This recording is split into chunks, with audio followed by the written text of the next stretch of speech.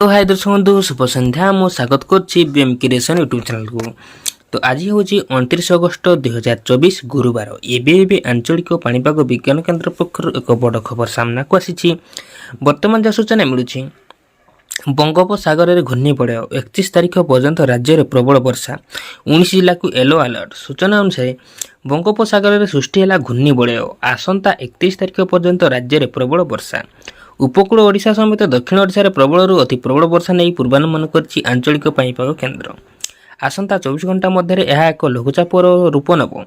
परवर्ती 2 दिन में दक्षिण और ओडिशा उत्तर आंध्र प्रदेश मुहां होई स्थलभाग को अतिक्रम करिवो। प्रभाव में आज 31 तारीख पर्यंत निर्धूम वर्षा हेब। आज 19 जिला को येलो अलर्ट जारी करिछि आंचलिक पाणीपाग केन्द्र। काली प्रबल अति प्रबल वर्षा नहीं मालकानगिरी कोरापुट नवरंगपुर रायगड़ा को ऑरेंज अलर्ट जारी करा दैछि। एही सबु जिले में 70 ରୁ 200 मिलीमीटर पर्यंत वर्षा हो पारे। यह थिला आजिर मुख्य खबर। तेणुकरी आपण माने वीडियो को लाइक करंतु, चैनल पर जदि नुआ तेबे सब्सक्राइब करंतु, आउ पाखर थिबा बेल आइकन को टच करी ऑल पर क्लिक करंतु, जहा द्वारा जेबे भी जेकोनसी लेटेस्ट सटीक सूचना आपण माने हम चैनल माध्यम रे सर्वप्रथम पाई परिबे। Bureau report BM creation. तो हाय दर्शक बंधु शुभ संध्या मु स्वागत करछि बीएम क्रिएशन यूट्यूब चैनल को।